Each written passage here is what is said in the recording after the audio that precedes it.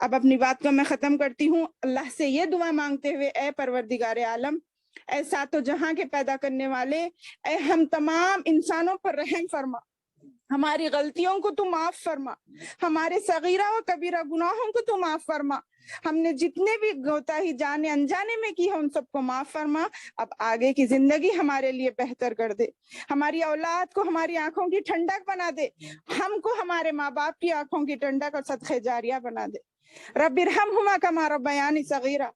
اے اللہ ہمیں نبی پاک صلی اللہ علیہ وسلم کے پورے پیارے طریقے سکھا دے، اے اللہ ہمیں دین سے محبت کرنے والا بنا دے، اللہ اور رسول سے محبت کرنے والا بنا دے، اس کے بعد یہ دنیا خود بخود ہمارے پیروں میں تو چلتی ہوئی آئے گی، یہ دنیا کی کامیابی ضرور جہاں تک ہو سکے مل کے ہی رہے گی، مولا تو ہمیں اس دنیا میں غافل ہونے سے بچا، ہمیں جنت الفردوس میں اعلیٰ سے اعلیٰ مقام نصیب فرما، نبی کریم صلی اللہ علیہ وسلم کے ساتھی بن کر جنت میں رہنے والا بنا دے، ہم تمام کو صحت و تندرستی دے، اے اللہ ہم نے جتنا بھی سنا ہے اس پر عمل کرنے والا بنا، ہمیں بھی اور میری پیاری بہنوں کو بھی، ان تمام کو اللہ عمل کرنا آسان کر دے، ہماری نیتوں کو اخلاص کی طرف تو دین کی طرف پھیر دے، ہمارے چھوٹے بڑے گناہوں کو معاف کر دے، ہمارے صحت و تندرستی عطا فرما، جو بیمار ہیں ان کو تو جلد سے جلد صحت یاب کر دے، اور جن کے جائز خواہشات اپنے اپنے دلوں میں ہیں مولا ان تمام کو بھی تو قبول فرما،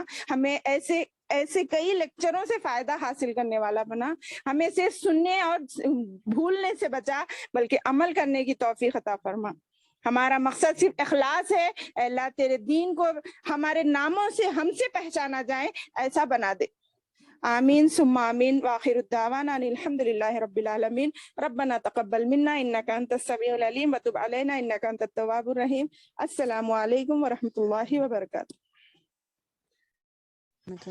بتاتا ہوں۔ السلام ورحمۃ اللہ وبرکاتہ۔ اگر کوئی سوال ہے تو پوچھئے انشاءاللہ۔ سبحان اللہ پڑھ لیں، سبحان اللہ وبحمدہ، سبحانک اللہم وبحمدک، ونشہد ان لا الہ الا انت، نستغفرک ونتوب الیک۔ السلام علیکم ورحمۃ اللہ وبرکاتہ۔ وعلیکم السلام ورحمۃ اللہ وبرکاتہ۔ جی